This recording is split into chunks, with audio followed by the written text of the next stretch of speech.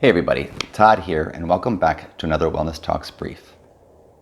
What are the main goals of therapy? Why would you want to go? What's the main objective in going in to work with somebody? Well, there's a whole host of reasons why people would go in to work with a mental health professional. It can range from something as trying to handle day-to-day stressors, trying to be more productive, trying to learn new parenting skills, trying to deal with a new chronic illness that you've been diagnosed with, to an ongoing anxiety issue, to a more challenging mental health issue like bipolar disorder or a generalized anxiety disorder, something that's been with you for a long time, to simple things like I'm having a hard time staying asleep, falling asleep.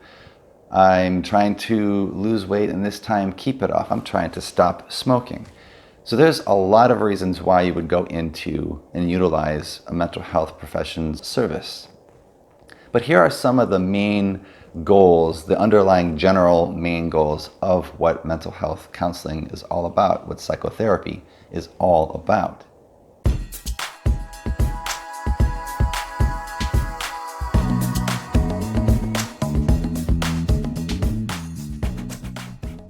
A lot of times, what you're really trying to do is to get in and have a safe space, which is one of the goals of the therapeutic process, is a safe space unlike any other relationship you could possibly have in your life.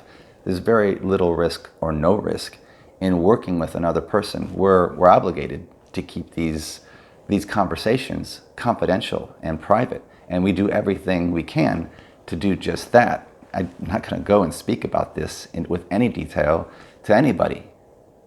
And so it allows a place for you to put out unruly or crazy ideas. At least you think they're unruly, you think they're crazy. But oftentimes when you throw it out there and you can see that you're actually not alone, that this is a common human experience, we normalize it. And sometimes that's enough to be like, oh, I'm not alone. This is how it works.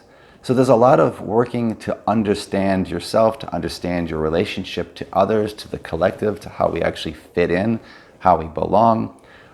What do we do with all these thoughts, all the different common human processes that are running in the background? And when we can get into this and understand and know ourselves better, then we can usually make tiny little shifts and move off in a direction that's more fulfilling, that's more meaningful.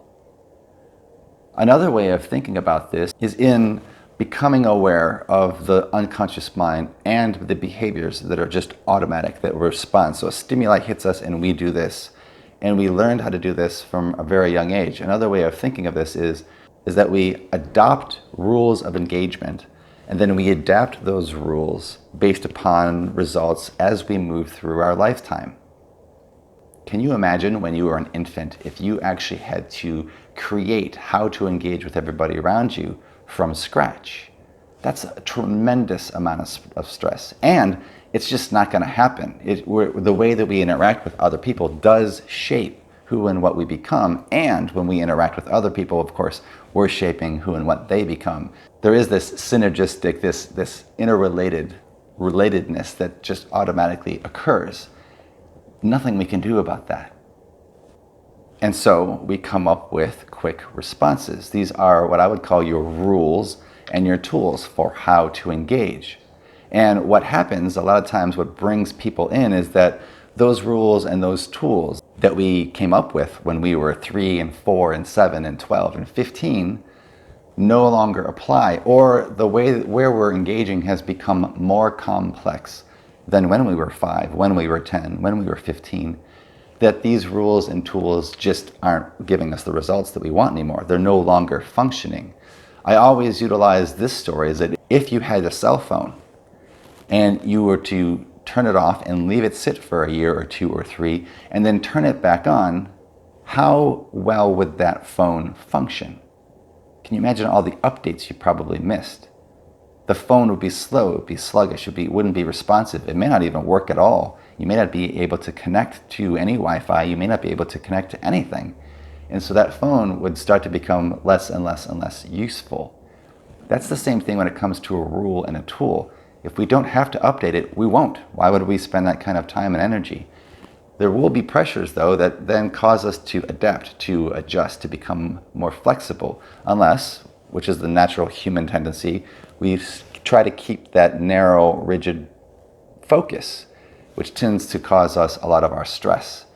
And this is actually how we learn. I mean, think about it. When you go to school, you're actually being pressured to use a process and develop processes and update your information. That's what it's all about. And of course, we fail all over the place. So imagine now if you got a rule in your mind where I can't fail, that rule starts to become oppositional. It doesn't work for you. So what we want to do in therapy is to look for outdated modalities for interpreting our reality, both external out in the world and internal, what we're actually experiencing, our thoughts about these things, the feelings that come up with those components. We want to help you to objectify that which you're subjected to. Objectify the subject. Pull it out in a way. This is where things like diffusion and cognitive therapy approaches and DBT approaches and all the different approaches that are out there, they're really just, there's an underlying process of helping people become aware of the thought, of that rule, of that tool, so that you can actually update that rule, that tool, or you can set that rule or tool aside because it's just not going to work, at least not in the context that you're in.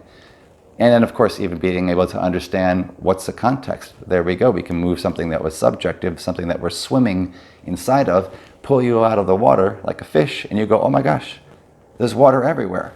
Yes, there is. So a lot of times just understanding these components of helping you to see that we fall inside of processes, that the context definitely determines what we will do next, so that we actually now can choose instead of letting these automatic rules and tools run the show. I know that you've run into this because there have most certainly been a time in your life where you're like, I can't believe I reacted that way. Yeah, that right there. So imagine coming in with that, being able to fully see the full scope of whatever it is that you've been subjected to, that you are immersed within, being able to pull outside of it in a safe place, which allows you to explore and to challenge and to see what this is all about. Now, when that same situation shows up and you know you have that response and that response starts to bubble its way up and you can pay attention to what's happening in your body, we've objectified that which you were once subject to, and now you actually are free to choose to move in a completely different pace, to move in a completely different direction, and hopefully down a path that aligns with what you personally value, what will make your life matter and meaningful in the long term.